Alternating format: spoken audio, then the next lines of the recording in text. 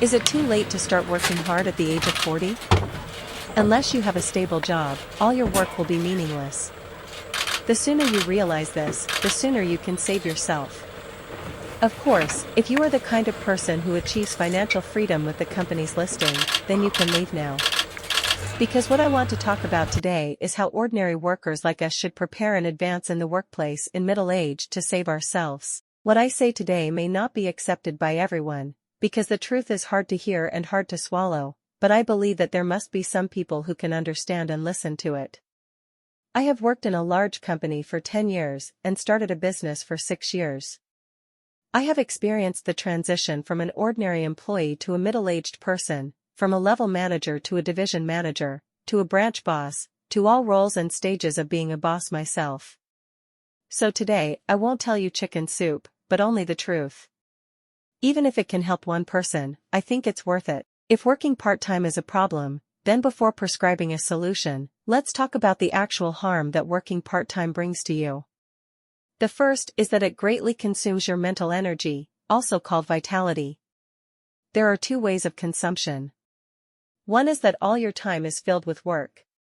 From the moment you go out in the morning, you start preparing for today's work status. After a busy day at work, you are often even tired and confused about what exactly you have been busy with all day. Working overtime and staying up late, the only way to relieve stress is to eat and play games.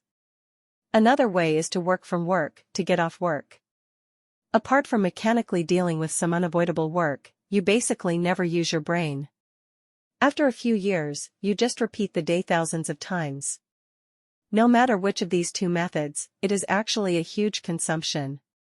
You should have grown and gained or lost the time for leisure and happiness. All of it is used in exchange for that meager income. And in your mouth, this is called stability. The second essence of working is conforming. Because in the company, more than 90% of the positions actually only need an obedient tool. Some people say that is not right. My boss gives me PUA every day, makes promises to me, and asks me to have the ability to solve problems. I am also a boss. To tell you the truth, except for a few rare talents, all the words the boss said, the encouragement and strictness, all the reasonable and nagging requests, are just to control you, to make you finish the work you are supposed to do. There is no expectation beyond expectation at all. You don't treat the company as your home, and the boss doesn't really treat you as a family. Third, the stability of your work and the changes in future income depend on the industry, the market, and the company's boss and leadership, but hardly on yourself. This is the saddest, but also the most realistic. When a toll collector on the highway was fired, he cried loudly, "I have been collecting tolls for more than 20 years. Apart from collecting tolls, I don't know anything else." And if you only work honestly in the company, then how much better are you than him? You can summarize, coordinate, report, understand the market, and analyze. But these abilities, when you leave this platform and work, can you really make a living? I came from a big company, but I rarely hire people from big companies, especially young people who are willing to take a pay cut, because I know the big company problems they have. Small companies don't keep idle people. The boss wants immediate results. If you still sneer at this, then believe me, don't dream of starting a business. Fourth, working is like screwing in an organization, which will make you dependent and lose the ability to face and solve problems independently. Imagine the biggest difference between a worker and an entrepreneur. As long as you are still working, you have the opportunity to shirk your responsibilities, or you can find others to share the responsibility. As long as it is not a big mistake, the company will not give you a fatal punishment, because your boss is just a senior worker. There are no personal grudges, so there is no need to mess with you. The so-called most fatal punishment is just to fire you. So, the favorite phrase of workers is "fuck it. At worst, I'll quit." And a viable entrepreneur must rely on himself. He can only rely on himself. To exaggerate, sometimes even the result of a failure is irreparable. Okay, after talking about the harm, let's talk about the solution. First of all, for anyone who feels confused, whether you are unemployed or not, the first thing is to stop. If you are not unemployed, find a weekend. If you are unemployed, stop completely for at least a week. Don't worry, if you do nothing for a week, the world will not be destroyed.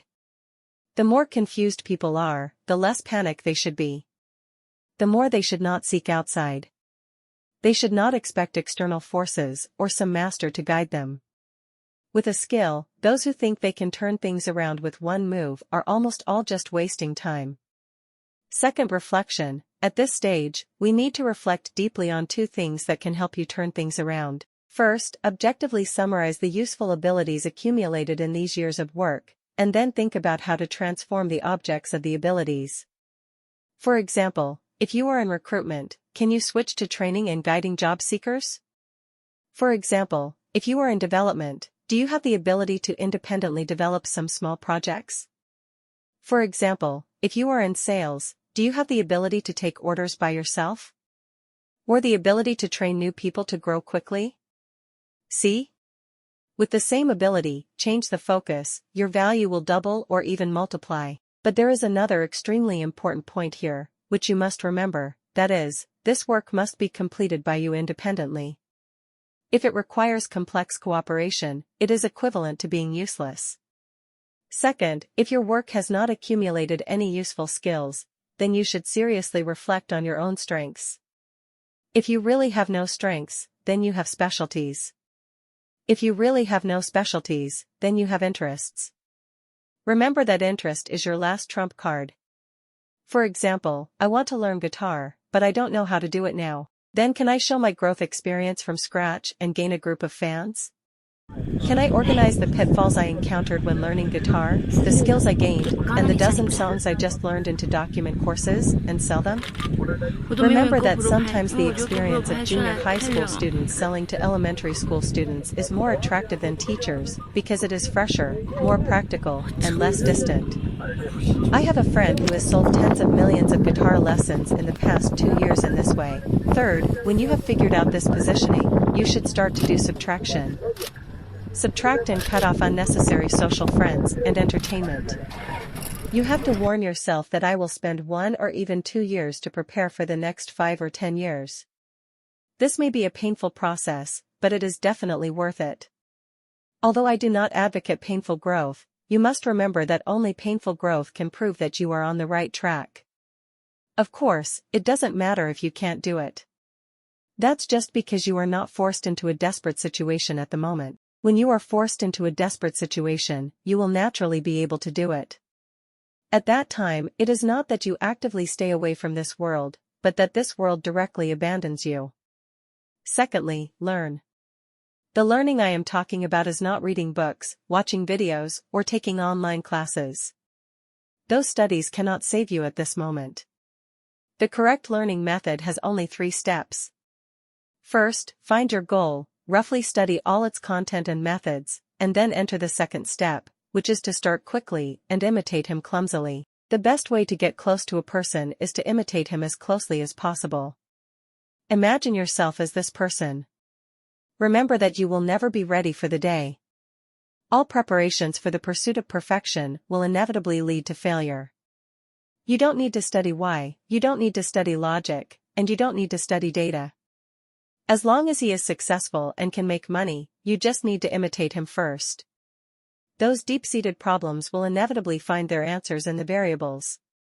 This is the third step. Speaking of this, if it can touch or inspire you, I hope you can read it carefully twice, then think carefully about it in combination with your own situation, and then put it into action. In the future society, people can only rely on themselves. The weak wait for salvation, and the strong save themselves. May your life never have a crisis of 40 years old.